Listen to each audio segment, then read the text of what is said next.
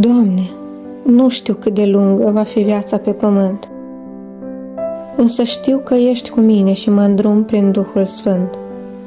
Știu că fiecare zi e un dar trimis de Tine și oricât de greu e drumul, nu-mi va lipsi vreun bine.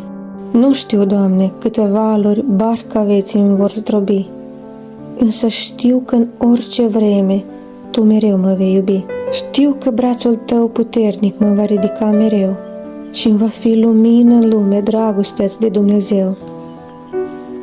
Doamne, nu știu cât de slabă va ajunge a mea ființă, însă știu că o vei umple de putere și credință. Știu că nu mă vei lăsa și îmi vei fi prieten bun, ce mă va însoți mereu pe-al vieții mele drum.